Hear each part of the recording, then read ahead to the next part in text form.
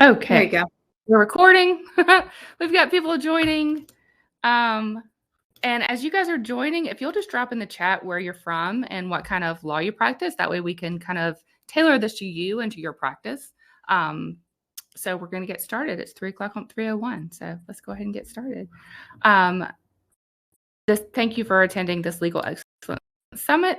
I'm Mamie Lee. I am the marketing director here at Spotlight Branding, and I'm so happy to have Molly McGrath here with us, who is the founder of Hiring and Empowering Solutions.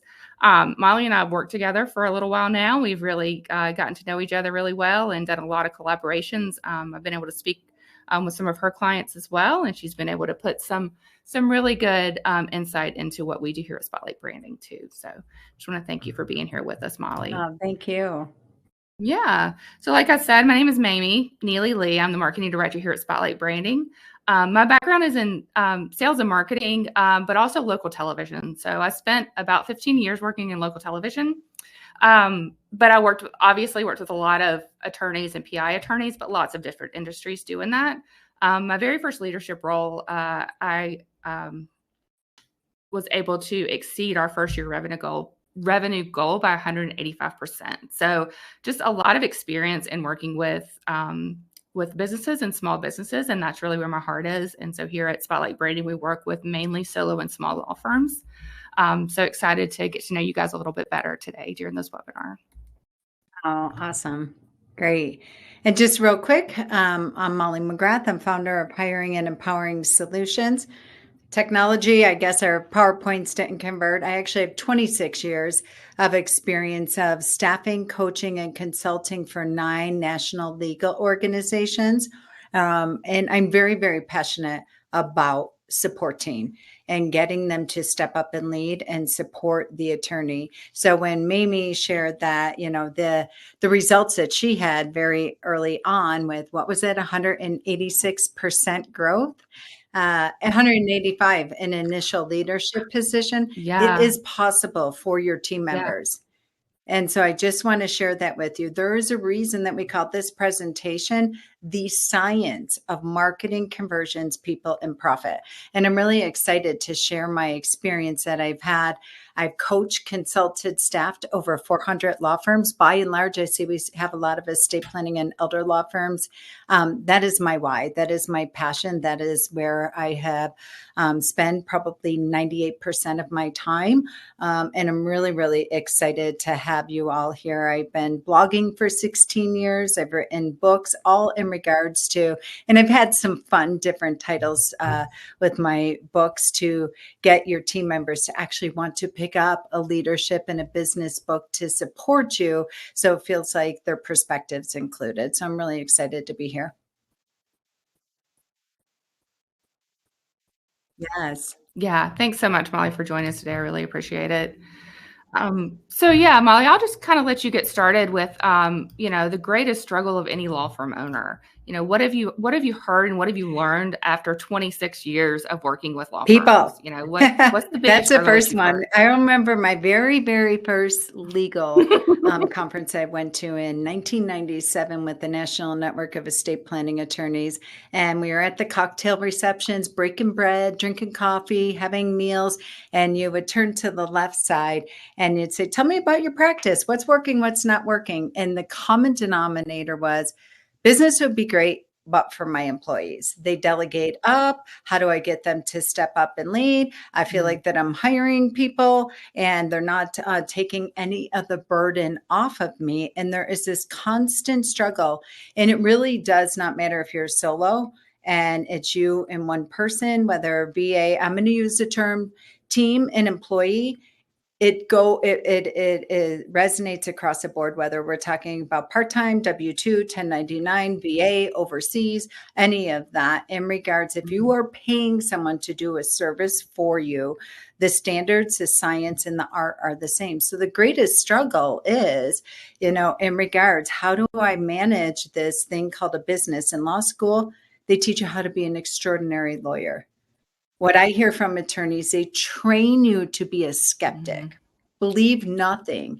That is the greatest skill in a courtroom, but it doesn't work. And it's very hard to rewire in a way when you're trying to build a business and when you're trying to grow a law firm, because so often I'll hear from attorneys, I really want to believe in my people. I want to believe that this marketing strategies work. I want to believe in X, Y, and Z, but let me open up the closet and the graveyard of things that did not work. And for business owners, so often they're picking from their past. Now, we always want to use it as a frame of reference of what didn't work in the past, but there's so many moving parts of that. Maybe the wrong person on the bus, maybe the wrong marketing agency. There's all these things. So the greatest struggle for any law firm owner is to start with beginner's mind. And I know this, I own my own business. I have since 2008. I've managed, led, built, sold 9 legal organizations. Of those 3 I owned and sold. And so I understand it. So the biggest struggle is, how do we manage this thing called people, process, production, and guess what? Profitability. And yes, we are going to use that word today. Yeah, absolutely. And Molly, you tell me if I'll let you guys know. I've been here with Spotlight Branding for about 6 months now. So although I've worked with attorneys in the past, this is my first time working solo, completely with attorneys. And what I've learned I went to several conferences this year and just learned that like you said, Molly, the people sometimes feel so pulled in different directions too. And that's really the number one concern or complaint that I've heard from attorneys whenever I've been able to speak with them in person. And it's not from a place of negativity or what have you. It's real. You go into EO or any scaling up or any of these organizations, and when it comes time for business valuation, and hopefully a plan of all of yours is to be able to grow, scale, and sell. That's a very first measuring stick that they look at in regards to your people. And then next is process, production, revenue numbers, and all that jazz. But at the end, especially in the personal service industry, and my goal is always to tell attorneys, don't give up hope. It just said there is an art, there is a science to how to build a team. And when I use the word team so often, people are thinking, I don't want to grow that big. I don't want to scale. I don't want 50 people on my payroll. That's not what I mean. A team is you and one other person. You absolutely, it's been tried, tested, and proven that you could have $100,000 law firm, especially in estate planning, with a client service coordinator, a paralegal, and an attorney. So when I use the word team, I'm not a huge fan of just hiring people for the sake of it. Yeah, absolutely. Absolutely. So today we're going to talk about, like Molly said, marketing, people, conversions, and profit, and the art of delegation. And just being able to let go some of those things that, I've also found that speaking to attorneys that a lot of times they want to hold on to it. They want to be the ones that are in control of it. But the reasons, we're going to talk about why some of these things you can delegate and who you can delegate them to, and the best way to go. It is an art of delegation. And Mamie has come and spoke in my law firm admin bootcamp. We have a marketing live coaching and growing hour. And it's really, really fun because she's seen over the past 3 weeks people that had absolutely no experience, and they could come to their attorney with proposed solutions to give them the opportunity to just soar with whatever it is that you're delegating. One thing that we talked about, I think even last week, is that your attorney's not trying to be a control freak. Your attorney's not trying to hold on to things. Guess what? It's on you, team member, employee. And we have people from the Philippines in there, from W-2 to part-time to college interns to what have you. Your job is to instill consistent confidence in them. And once they have confidence and they can see the beginning, the middle, the end, and the why of why you're making these executive decisions and coming with these proposals, and then they can see tracking, reporting, and metrics attached to it, and we're not just making emotional decisions, guess what? Then they'll delegate. And they'll delegate more, but there has to be an art and a science and a system and a process for that. And once you handle that with your marketing, and that's why that's first, and then your people. So often people will have old school organizational charts. A lot of times they have sales and marketing in one bucket. I'm like, no, they're separate. Marketing is lead generation. Sales Mhm. is lead conversion. And then you also have to incorporate your receptionist, which is your director of first impression and part of your sales force. So there is an art to it. And my goal is for attorneys today to be really excited about delegation. And it's not just delegation for the sake of it, but there's a methodology to it. Yeah, absolutely. Absolutely. So, the first thing we're going to talk about is marketing, like Molly mentioned.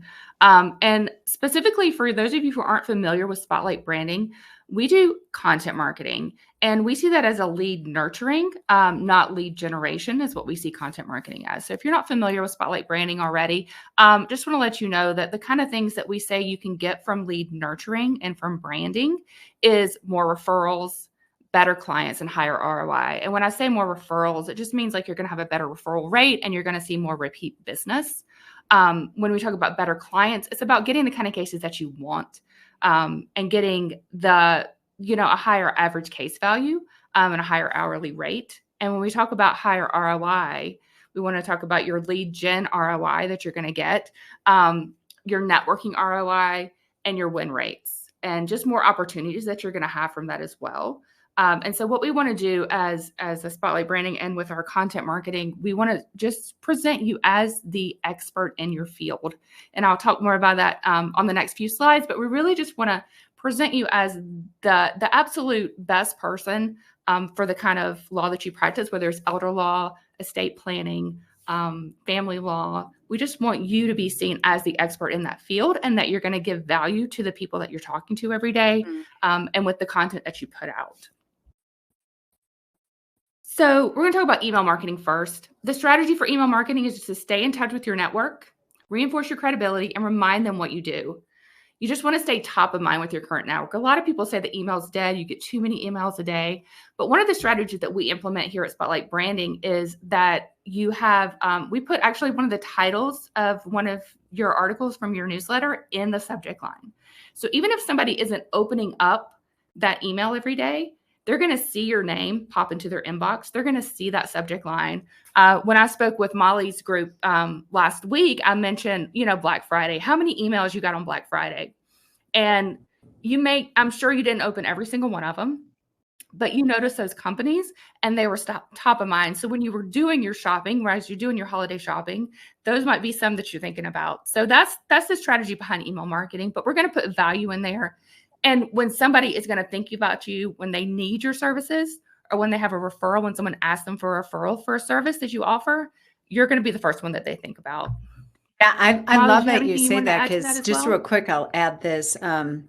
This last week in open coaching hours on marketing, we have a legal assistant and a receptionist brand new, and then the legal assistant, and they're just starting to get their organic and their content marketing going. And they show up at the call all hot and bothered. I'm like, first of all, I love that you're team members, that you're upset about your conversions. Like that's GWC. They get it, want it, and have the capacity for it. So it's in their bones and blood. But they're saying to Mamie and I, we sent out a blog and nobody called us. We're like, whoa, time out. Let's look at the click-through rate. Let's look at the open rate. Let's look at the call to action on it. And when we started diving in there, we're like, girls, this is a home run.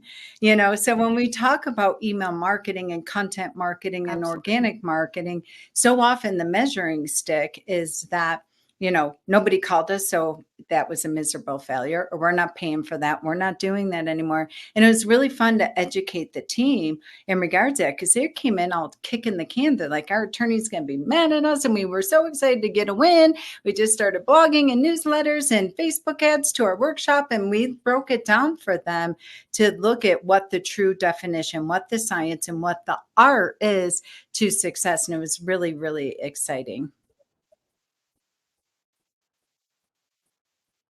Yeah, and the thing that I loved about that, Molly, by the time we were done with that call, they were as excited as we were. I remember when we first got on that call, we're like, no, you should be more excited about this than what you are. And so when we were done with that coaching session, then they were actually on the same page as us.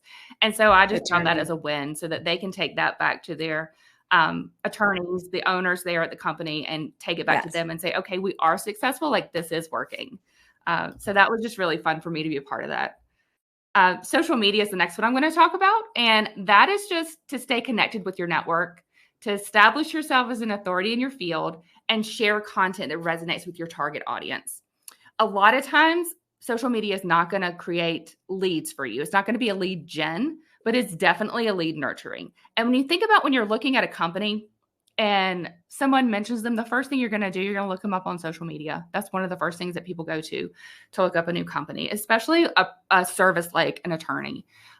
So when they go to your social media and they see that you have relevant content on there, you have nice images, things that are going to be good for them, then that's going to continue to show you as an authority in your field. And they're going to see that this is updated. If you go to someone's social media page and they haven't posted in 3 weeks, you're going to like, are they still in business? We're not sure. So just by doing that, it just shows you as relevant. It shows you as current. And it's a really good way for you to stay in contact with your network, even though it's not going to won't generate any leads for you. They're going to keep coming back to that. I can't tell you how many people have told me, like, no one ever comments on my stuff, never ever likes my stuff, never ever messaged me. But when I asked them where they heard about me or how they saw me, they said they've been following me on social media for months. And they finally reached out to me through an email newsletter, through just through my website or something like that. So it's a very good tool, even if you're not seeing the engagements on it's a necessary, and I guess Molly, we can even use last week's open coaching hour as a case study, if you will. But the thing is that this firm started, they're like, okay, great. I think it's a paralegal that's actually starting to implement some of this, just to at least get it started. And they noticed that even their Google search rank had increased so much just because of their consistent posting on Facebook, LinkedIn, Twitter, TikTok, all that. Like, it doesn't matter what platform resonates you. Nobody's going to hire us from TikTok. No, that's not the goal, to Mamie's point of social media and organic marketing. It's helping all your other efforts and it's helping you with the SEO and a search rate. And I love that because the marketing coordinator was saying, well, nobody's following, nobody's commenting, what have you. I'm like, well, what are your clear goals? What are your KPIs with social media? Number one was to be posting every single day with value add content and not selling. Check, you won the prize for that one. Number two, now it is for you to increase your following. Yes, nobody's commenting or whatever, but you guys have 12 followers right now. So let's just gamify this. And that's why it is a science. So what's your goal? Is your goal to spend 30 minutes a day doing outreach, increasing your following and what have you? And let's start there. So a lot of times with social media, we're like, it doesn't work. I don't know why I'm paying this marketing company. I'm paying them a ton of money. I never get leads from them, blah, blah, blah. I'm like, whoa, time out. Let's back up, like you said. But then also making sure your team has a goal with it too, because when you're going to want to rip the cord and say, we got to cut expenses. Let's get rid of social media, blogging, all that, because it's not generating any leads. And then you want to go throw $5,000 at SEO because you met this really cute, slick company at the last legal conference. We're like, do not spend a penny on marketing unless you have this consistent and persistent. So it's really great to enroll your intake coordinator, receptionist, legal assistant in the whole strategy in the overall long game, what have you, because it'll help protect you too. When things get tight or you get stressed or what have you, and you want to fire everyone and cut everything, they'll be like, whoa, time out. Let's anchor back to the plan. And I'll show you some reporting here for those of you that can stay till probably another 10, 15 minutes. And if you can't watch the recording, because I'll kind of bring this all together for you. Yeah. And one thing I'll mention here too, social media, the first word of it is social. It's social. It's making those connections. It's replying to comments. It's things like that. They're going to create that engagement and that really loyal following. We actually, when you talk about reporting, Molly, we had someone who implemented this strategy and they saw their engagement go up 300% in 2 weeks. So being social, connecting with people and being consistent is really what's going to move that for you. And talk about blogs really quickly. Blogs are just going to produce that content that's going to show you your knowledge and your expertise is key. It's not going to demonstrate your abilities, but also show your website visitors you can assist them with their specific needs. I love the title of this blog, revocable or irrevocable trust, which is right for you. That catches your attention, you know exactly what it's going to be about. And that's going to be content that's relevant to your audience. It's really going to show them that you know exactly what you're talking about. You're the expert in your field. And it's going to create trust with your audience too, which is so important. It's so important whenever you're trying to get new clients or, you know, build a following. Yeah, I'd love to add something to this as well. Because so often I'll see from law firms, whether you're hiring outside agencies or you're doing marketing internally or what have you, an example like this of this title, this way it's a team-centric approach. This way is art and science to your marketing and your sales and your profitability at the end of the day. This title is fantastic, but when you look at the open rate and the click-through rate and the engagement rate and the number of people that took action, so whether you're family law or what have you, the subject line is king or queen, and where it comes from is the receptionist or the client service coordinator. These are words right out of you speaking to people's listening in a way that makes a difference. You don't need a six-figure copywriter. You need for you to be able to speak into your client. Your clients give you marketing copy every day. And this is what we train the people on the front lines to get that copy from them. One of the highest open rates that I've seen for one of my clients for their blogs, and they continue to repurpose it with Facebook ads and everything, came from the receptionist. We have them track every single word, exact words that the clients say when they call in, hand it to marketing, and there's all our copy and content. And the biggest open rate was, why didn't Dad tell us about this? That came from a prospective client, which turned into an $11,000 paying client. And the multiplier that we're getting off of that subject line with videos, with blogging, with paid traffic, all that is incredible. So I'd love to just give this refreshing. If you don't have a marketing agency, or maybe you do and they are not performing, or you don't even know if they're performing, wherever you sit, it's simpler than you think. It really, truly is. Enroll your entire team. The team members that we had Rachel on call last week, she's been with the firm 3 weeks. She's so excited to come to the marketing, and she's a receptionist, mind you, $12 an hour receptionist. She's so excited that she's a value creator, and she gets to bring all this copy and all this content to the weekly marketing meeting. And it's like fire. Yeah. Yeah. And I'll add to that too, that comments are content. That's something that I preach. Like, that's a hill I'll die on. Comments are content. So your social media content, comments are your content too. That's what people are wanting to know. That's what they're asking about. And that's what's going to resonate with your market. And then lastly, the last service that, you know, we provide is video and podcast. And I love video and podcast. And I talk so much about repurposing content because it's going to live on your YouTube page. It's going to live on your website. You can reuse it in social media. You know, you can video your podcast if you have one of those, and then reuse that in so many different ways. Content multiplication is the bread and butter for me of marketing and content marketing. It's just so valuable, and to realize all the different ways that you can use these two things. And it just gives valuable insights to your audience, right? And also think about the way that different people consume different ways. Some people want to read, some people want to listen, some people want to watch.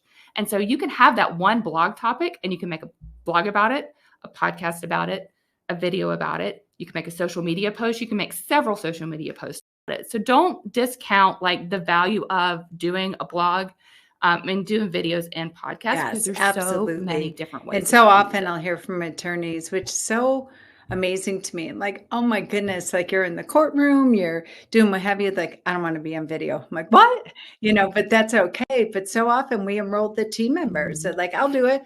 You know, I've had receptionists that have been there for like 3 weeks that like, I'll do it, you know, or I'll interview you. How about I interview, or how about the attorney interview you? What are clients calling in here? What do clients want? What are you hearing? So if you're like, oh, video, don't discredit or shut down at this point. It's a strategy. And we're not saying about any of these strategies, at least my goal is that they're not dependent on the attorney. The only way that they're dependent on the attorney, give your team one available hour each week for a weekly marketing meeting. They come with everything for you to review to make sure that it's correct, legally sound based on your state and your practice area. It has your tonality, it has your personality, and that's the way that you walk, talk, and behave. And that's the type of the people that you want to attract, and that's your job. How great is that? That's the greatest definition of a visionary. Absolutely. The last thing I want to do is just share a testimonial from one of our clients. And this was so impactful for me when I got this from her. But what she said is like, by working with us as her partner, it's freed her up to do what she loves to do the most, which is practice law. And that just spoke volumes to me. Like the reason that, the reason that you guys go to school, you want to practice law. You don't want to do marketing, just like you wouldn't want me to do any kind of law work for you. You don't need your attorneys to do your marketing. And you don't need to ask your paralegals and all those to do your marketing. Just working with us, that she's been freed up to do exactly what she wants to do. And that's been so impactful for her. And it just makes me feel so good that she's free to do exactly what she wants to do.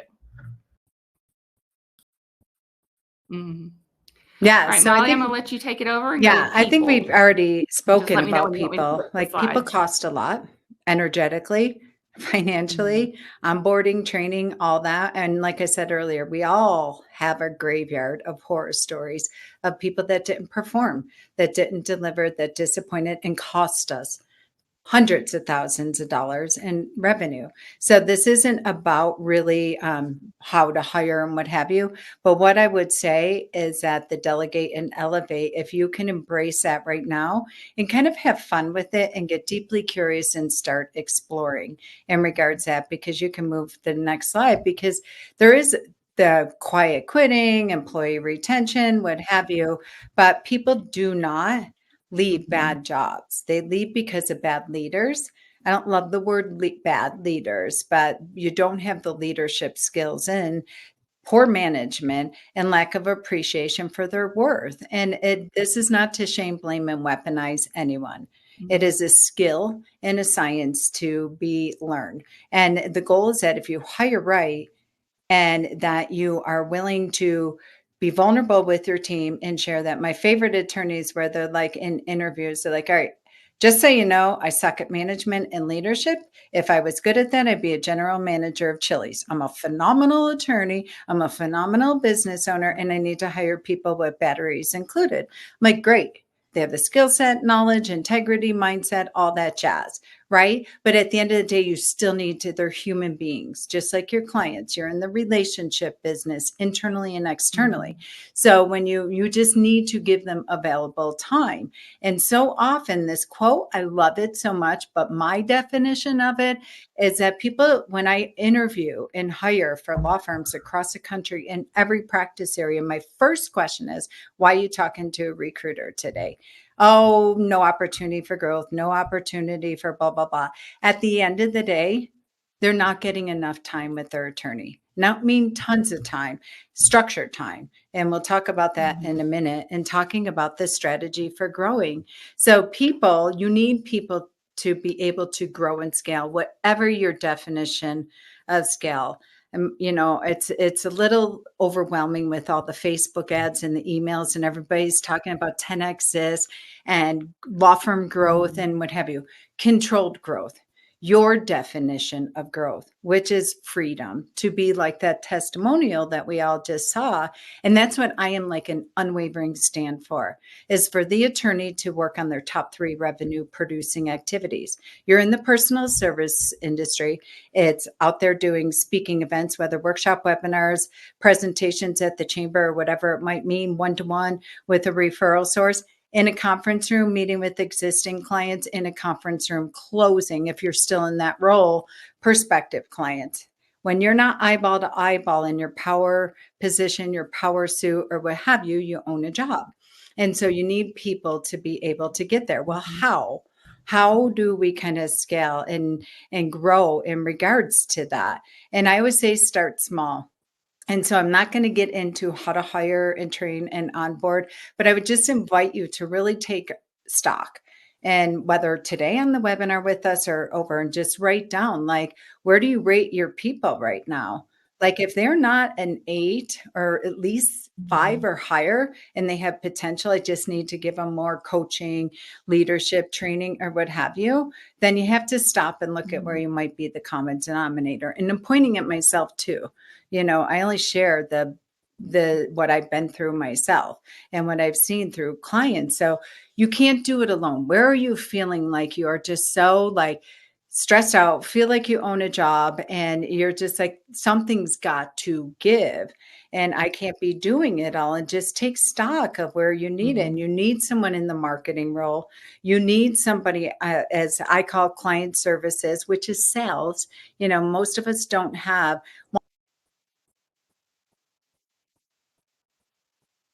what or what have you, you have high volume of 150 leads a day or what have you, then you need a sales force. But wherever you're sitting right now, even if you're sitting there, you need a client services. Someone at your front of the house needs to be loaded. And then the back of the house when it comes to process and Yeah, production. absolutely. And it's not that hard. I just want to tell you, I hope I'm not stirring up anything for anyone, but just really look where you want that freedom to be like the testimonial, where you get that entrepreneurial freedom. And I'm not saying, there's all these Facebook groups that are talking about, I only want to work 2 hours a week. I only want to work, I want to lawyer on the beach all day and what have you. And I love it when attorneys are like, I love my clients. I love my business. I'm not at that point. I don't want to work 10 hours a week, but I do want to have, very much clear, concise, well communicated strategy and goals and metrics and what have you. And I want to have a work-life balance. But for some, they're like 5 days a week would be great. No nights, no weekends, what have you. So I would say just get really clear on your definition. Get rid of all the rest and noise and what that means for you and what it is that you really, really want. And then we'll build the people around it. But you can't do it even if you're a solopreneur. You can't do it on your own anymore. I interview every single day solopreneurs who hung their own shingle and they hit the mark somewhere around the 10 to 12 year if they make it, and they're calling me and they're like, I'm done. Can I just please have a job, $200,000, and I get to go home at night? So we don't want you to get to that point.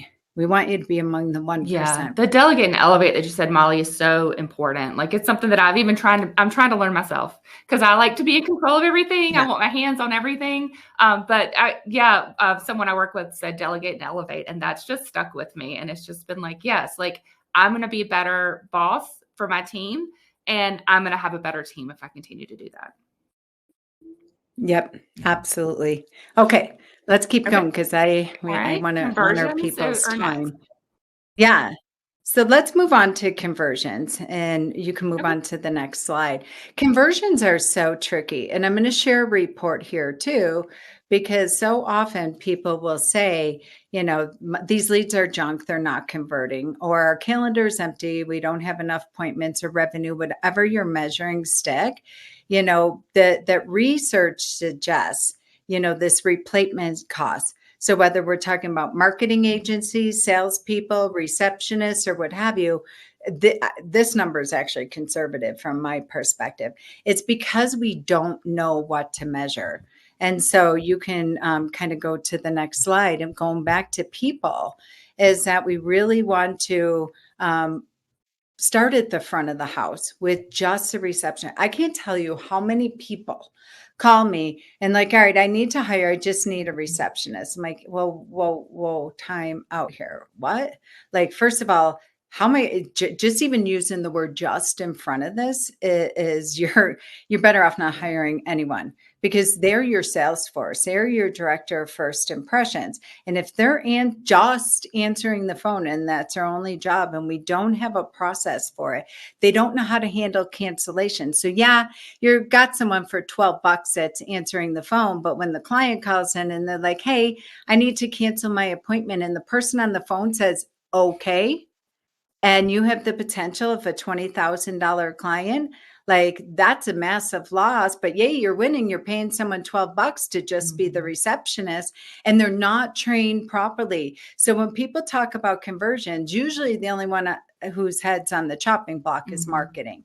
And it could not come further from the truth. We had this call last week on open coaching hours where they're like, this webinar was a miserable failure, blah, blah, blah. We're like, time out. How many leads did you get? 38. And what was the average cost per lead? Okay, great. And how many people showed up? 38 registrations and 30 people showed up. You all weren't even getting 30 leads a month ago. What are you talking about? And then we talked about the follow-up, and we talked about how receptionists can do the confirmation calls and the follow-up calls, and what didn't work in the workshop that the attorney didn't close. And we talked about the definition of lead generation to, pre, during, and post event. And at the end of the day, again, they were soaring because came in, they're like, this marketing's crap. And we're like, whoa, time out, like conversions. And so you'll hear marketing people all the time talk about conversions, about lead to hire. I'm like, there are like 4 different conversions that are missing from that. That is not like hire is the last conversion. And so many people have it wrong. And it starts with your receptionist. Whether you're using back office or you're using outsourced or VAs in the Philippines, and I'm a fan of all of it, as long as they can show the reporting. They are tracking cancellations, reschedules, no-shows. They're telling you exactly why the person came. They're telling you where the referral source is. And we're looking at every lead like a scientist. Like we are so deeply curious about it, and we're looking for the themes, and we're looking for the patterns, and we're saying all these leads that canceled. Yeah, they came in. We were on hog heaven with all these leads, and we're already going out and buying the Mercedes because now we're going to get hired. I'm like, whoa, time out. And so it starts with the receptionist, going back to the people, especially if this is the first position. And as you can see, I get so passionate about this. This is the only position that matters in the law firm, period. End of story. Fight me tooth and nail every day on it. I'll show you the reporting. I'll show you the metrics, and I'll show you your law firm double. I don't care if they're getting paid $12 an hour. We use that example. There's several people in our weekly open coaching hours that are making anywhere from $12, $20 an hour. Well, look at the investment. If you invest in them and give them the system, and they just save that $20,000 client from canceling. Or they're doing follow-up calls, and the average person is booking an additional 3 appointments a week. Like, I just really, if nothing else you take away from today, shift your mindset around just the receptionist. Because in my opinion, their position is more important than yours as the attorney. Because if they don't nail it, and they do not know their framework for success, and it's not in their bones and blood, guess what, gang? Your job as the attorney is irrelevant. Your non-attorney salespeople are relevant because you got an empty calendar and you got no one to meet with. Or you had a full calendar and then you pull into the office. You're like, I'm awesome. I'm going to rock it. I'm going to pay for my vacation. And you walk in and she's like, oh, hi, everyone canceled today. What? Yeah. So I'll get off. No, I love it. I love it, Molly. And I love the idea of just knowing, having the correct training so that your people can speak to the attorneys about what is successful and educate them on that too. Because like what you said in that open coaching call, we had 38 register, 30 show up. And I'm like, oh my gosh. Which is phenomenal. For their very first, and that was in person. It was an in-person event. In person, first webinar ever. Yeah. Or and workshop. So I was like, you should be like, jumping up and down, high-fiving each other, go get a drink, go do something, celebrate this accomplishment. That's amazing. But they weren't, because the only thing the attorney focused on that 8 people didn't show up. So we had to walk them through the science of lead generation. And then we walked them through the science of lead conversion, which was on them. And then I'll just say this, and then we'll move on to the next slide. Well, move on to the next slide, because it really demonstrates this of the strategy around them and really how to have law firm growth and to create leading legal leaders, which is delegation. And so you set your goals, you make a plan, and then you're really focused, and most of us aren't patient on that. And then you stay organized, you work hard, and then you reach your goals. And it's a formula in the self-management. We always talk about this. You need to be self-governing. You need to walk, talk, and act and behave like a CEO, even if you're a $12 receptionist. because you want to move into a legal assistant. The goal is that you're always replacing yourself and growing up and leading up and you're moving up. And so for that firm, we talked about it. We set the goals. We need leads. We made the plan, Facebook ads, workshop, all that. And then the be patient part, and this is not linear, but it was really cool because when we broke it down from marketing, what is successful lead generation? Then we talked about lead conversion. Then we talked about the follow-up. Then we talked about, and guess what? Guess why they were upset too? Because they only had 6 booked appointments from that workshop with 30 people there. Guess what? The attorney bombed the close. And so we're like, okay, talk to us about that. And so they were in there and we talked about, the attorney went over, he was losing the room about 15 minutes before he closed. And then he said, great, thank you for coming. Run to the back and book an appointment with Susie. We're like, oh my gosh, no, like, let's talk about the close. Where was the hook story offer? And so you want self-managed, self-governing team members. And I'm going to say this again. We have people from Get Staffed Up and from all these other overseas agencies in the Philippines and Honduras and what have you. They get it. They get it. They get it. And so they're self-governing because they're anchoring to the goals and they're anchoring to the reporting, and they understand the science and art around each of these terms around marketing and conversions. It's possible, guys. It's gals. It's so possible. I get so excited about this stuff because nothing makes me happier when someone shows up and they're like, guess what? I just saved a client from canceling, and they came in and they hired us and we got $12,000 today. Okay, $12,000 for a $12 an hour appointment. How's that for an ROI? Absolutely. And just to know the strategy too, right? It's like going back to this example of last week, they're like, we're just going to put on a workshop. Well, how many people do you want to show up? How many people do you hope, how many people do you want to register? How many people do you hope to show up? How many people do you want to book? And they wanted, 40 people to register, 40 people to show up, 40 people to book. And that's not realistic every time. And so It's not always going to be 100%. You also have to think about what your sales cycle looks like. So how long before someone first interacts with you until they actually become a client? And you put that into thought too. And they might say, oh, we have a long sales cycle, but that's fine because once you get this. They didn't know. Yeah. Remember, Mimi? They didn't know. This receptionist that's been there for 3 weeks. I go, okay, girl, here's your assignment this week. You, in 30 days, you need to tell me the life cycle of a lead. And she's like, on it. And the good thing is when we fix that close, I just want to report, they had their second workshop yesterday. We changed the close with the attorney and they realize that they need 5 appointments. If they get 5 more hires by the end of the year, they're going to meet their revenue goal. Well, that receptionist made the suggestion, why don't we tell people if they schedule we only have 5 available appointments for the end of the year, boom, boom, boom. They got all of their appointments scheduled, and all of those sales meetings will happen. And they're committed to getting those 5 hires before they close the office. Their last client appointment is on December 21st. This is a $12 an hour employee leading this strategy. She's so pumped. Yeah, absolutely. Yeah. You ready to move on to the next one? Okay.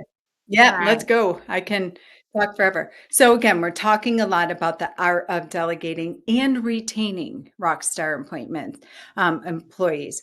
When they understand, they have standardized daily communication, running the daily huddle. All right, let's debrief yesterday's workshop. I don't have time to go into strategy. Anyone listening, any tools that I talk about right now that it's foreign to you, email me. Happy to share the daily huddle agenda that our team members use. They have an incentive-based compensation plan. They need 5 appointments. They want to close on the 21st. If they reach goal, they're closing the office the last week of the year. And it's very, very clear, right down to the penny.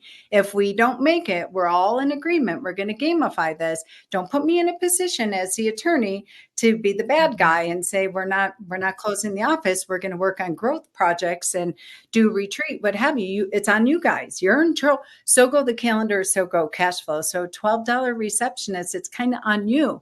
And she's excited. This is a retention tool. So often it's a revolving door at the reception. Guess what? This girl's never going to leave. And recruiters are vicious right now in this market. So people, there is no quiet quitting. There's no great employee resignation. I don't subscribe to any of that. I am a champion for the great employee restoration.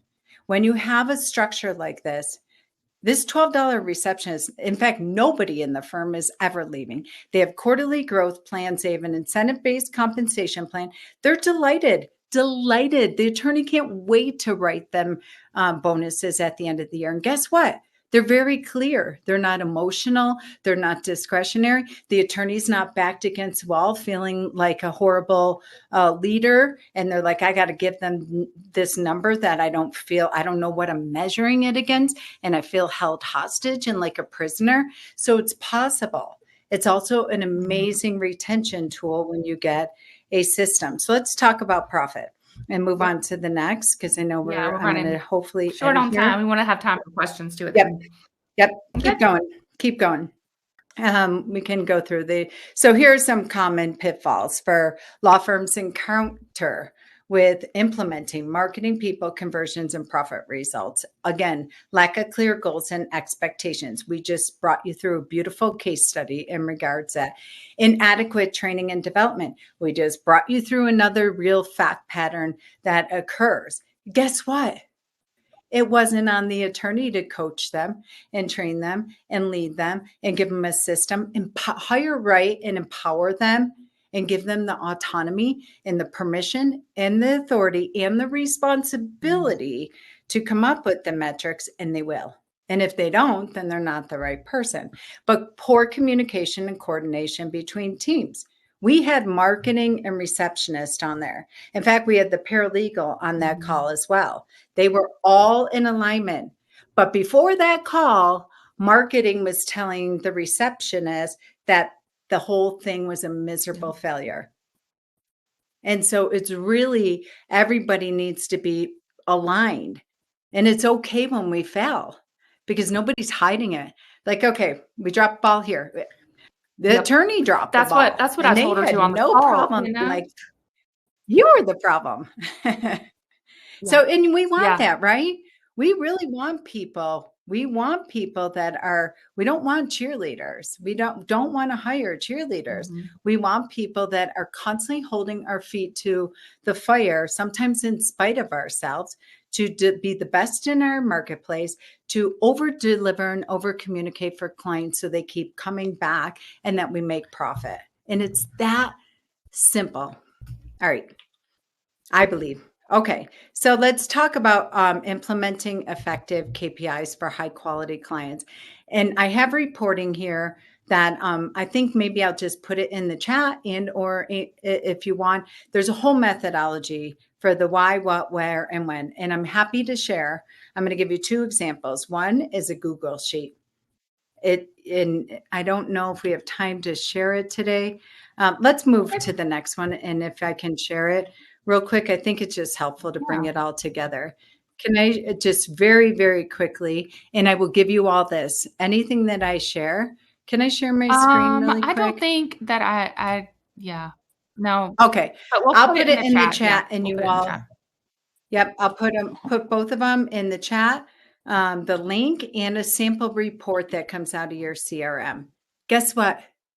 The attorney did nothing. So this is how you afford law firm growth. What is your goal right now? Maybe you're sitting at $20,000 a month, or maybe you're saying, I want $1 million practice. I want 83,333. Why you want it doesn't matter. Share it, define it, declare it, and it will happen. I promise you. So often people will say to me, I can't afford that. What do you mean a paralegal is going to cost 60 grand a year? When I was in law school, I'm like, stop with this story. It sounds like your grandparents. When we went to school, we walked uphill in a blazing snowstorm, barefoot, both ways. That story's not helpful. Nobody cares when you're an associate. Nobody cares what happened back in 1972 when you came on the scene. It's not helpful. It's not empowering, and it's not going to get you law firm growth. It is not about the fee. It's about the cost if you don't do it. So really anchor into, because people say, what do you mean a paralegal to do that comes batteries included, what have you, or a receptionist or whatever it might be? I'm like, yeah, even if it's 60 grand a year, what have you, divided by 12, divided by 4 or 5, let's just even up level. It's $2,000 a week.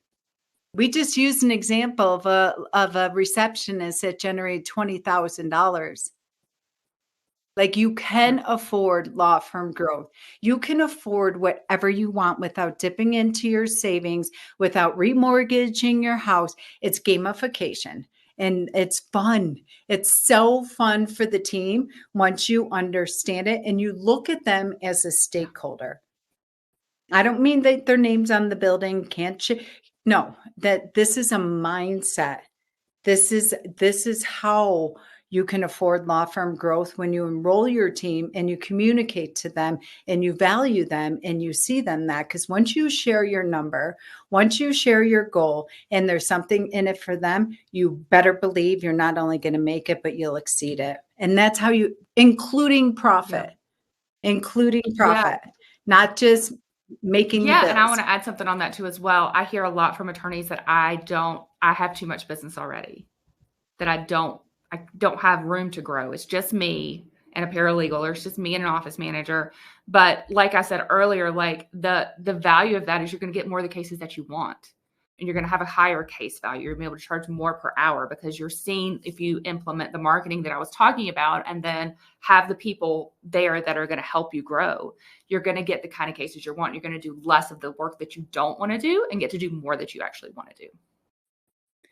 And I want to highlight that really quick because I get that statement all the time. What's your definition of growth? And sometimes they're saying that because they don't have a path and plan. So I always tell them, do you want to keep the people that you're employing right now, even if it's just you one person? What's it cost if they leave because you're stagnant? Do you have children? Do you have college tuitions on the horizon? Do you have aging parents that you might have to put in you want to care for or what have you? I have 2 kids in college, 21 and 19. Like, I don't care if I want to grow or not, but I'm out of integrity when I tell them they have to go get a job to pay for their rent. It's not about me. And it's about the impact. So if you don't want to grow, then great. Let them go down the street to, Larry with no integrity and let that family. So it's not, your definition of growth is about impact, income, and the difference that you can make and where you can save people and keeping your employees, whether it's 1 or it's 3 or what have you. Because if you're not on a path of growth, when I hear that, I don't want to grow, I have too much work, but I'm like, no, you just have lack of clarity. You really, truly don't understand your own definition of growth. Your definition of growth is only about money, or maybe it's not. And maybe it's just about you can't see beyond what's right in front of you, crushing you. Absolutely. Okay. So I know we got 5 minutes. So I say, we've already talked about your biggest hidden profit center. Like, I love it. It's about funnels. It's about gamification. It's about who's doing what, where the file's moving, where the lead's moving. And it's fun. And this is a visual that we have our teams use. So many people spend all this money on mission statement, vision statements, organizational charts, SOPs, what have you. And then we're so furious because nobody follows them and they're sitting on a shelf collecting dust. And so this is your SOPs and this is your marketing plan in motion. This is job descriptions in motion. This is your money in motion. Yeah, absolutely. All right. So do you want to open up for let's questions? Go ahead and move on to questions. This I love this slide that you made, Molly. What if, we can just ask this question. What if you never had to worry about marketing, people, conversions, and profit ever again? I love that question. Because what would it change for you within your business? How would that change your business? I just love that. So open for any questions. David Kressler asked a question. He said it's finding qualified attorneys with a good work ethic. And then his other question is, how do you find a $12 per hour employee? Oh my gosh, you're everywhere. I'm not talking about the Philippines either. Depending on your industry and stuff like that. So I would say, do some deep soul searching. Is your question just about you're attached to the $12 an hour? Or are you attached to how you want to feel? The only measuring stick people ever do is time and money. Why are we not measuring energy first and foremost? Your stress level. That needs to be the first and foremost. So I'm happy to have a conversation with you about hiring. And my second question, so if your end game is to find someone for $12, it's a wrong question to ask. Is first and foremost talking about how do I hire somebody to get me a 5x ROI on whatever I'm paying them. And I'm not good at math, but I don't know what the $12 to 20,000 that ROI is, but it's bonkers. And my second is finding a good attorney with what good work ethic. What's your definition of good work ethic? And do you have good work ethic? Meaning, are you replying back to clients? Are you getting, and I don't say this from shame and blame, but I hear that it's so hard to find attorneys that want to work. It's so hard to find ones that have good work ethic. Identify the KPIs, exactly what that means. They enter their time in the CRM daily. They meet their billable hour requirements. They reply to clients in 24 hours. They have to be clear, concise, well communicated, and able to be trackable. We use these esoteric terms that we cannot measure. And so we're frustrated and constantly disappointed because it's coming from our emotion, not from data and facts. And so I would get really, really clear when we use these blanket terms like good work ethic and what have you. I have one firm that, like, if they show up and they are not hungover and they look professional, that's a win. It's just an industry of where they live. They just don't have highly professional people. And that person, even the person that we found, was $22 an hour. The 12. So you will find rock stars, and you will pay fair market value. I lobby for below initially on their base salary because they make the money they want to make in their incentive-based compensation plan anchored to ROIs. Yeah. And really just having like a clear plan of what you want it to be. Like you said, Molly, what are their KPIs going to be? Not just a good work ethic, but like, what do you want to accomplish from your employees and from the marketing that you do? Like, what are your KPIs and what's your measurement for success? Because what yours is might not be what the attorney down the street is as well. So just having a clear vision of what you want to do, and then you can execute on that vision. And I'm happy, David, or anyone else, if you're like, I don't know how to define that, hop on a call with me. I'm not going to sell you anything. I'm super passionate about this stuff. I really, truly want to help you get clarity. Because at the end of the day, people say they want more money, they want more leads, they want all this. But at the end of the day, if you can't show me your clarity, then the rest of it's just going to have an Oprah moment. It's going to be a good feeling, but it's not going to be consistent, persistent, and last and get you the profitability and the results you want, whatever your definition is. There are amazing people out there. So often people will tell me it's so hard to find good people. Like, you're not clear on what you're looking for. That's why people leave. Yep, absolutely. And I'm talking myself too. Same. Absolutely same. So I just want to tell you guys real quick before we hop off here about our webinar specials. At Spotlight Branding, we're offering to get you ready for next year, offering you $2,024 off your first year of marketing with us if you sign up by the end of the year. And then Molly's offering a free 60-minute strategy session for the first 3 people that email her. I'm going to drop this link in the chat if you do want to schedule some time with us. So you can just click that link. You can schedule some time to talk with us about your marketing and what your plan is for next year. Anything that we talked about, anything I talked about here about Spotlight Branding. And then you can always email Molly with any questions that you have for her. Yeah, absolutely. Happy to reach out. If you want to reach out to me as well, I'm Mamie at Spotlight Branding. It's pretty easy. So glad for you to reach out to me as well with any questions that you had. And just really thank all of you. And just real quick, Mamie, I was able to put the Google Doc with my marketing system in there. And again, this is super, super simple to get you started, whether you have agency or what have you. I cannot attach the PDF that I wanted to show as an example. So can you email it to all the attendees? Yes, I'll include it in the email with this recording to all the attendees. Great. Yes, absolutely. Thank you for your time, you, everyone. Top of the Yeah, hour. we did it right on time. We did started it. on time. We finished on time. Way to go. Thank you so much, Molly, for joining us Great. today. I really enjoyed your insights Thank you. and just your knowledge and what you've been able to teach us today. So I really thank you for joining us. Absolutely. Thank you. Thank you all for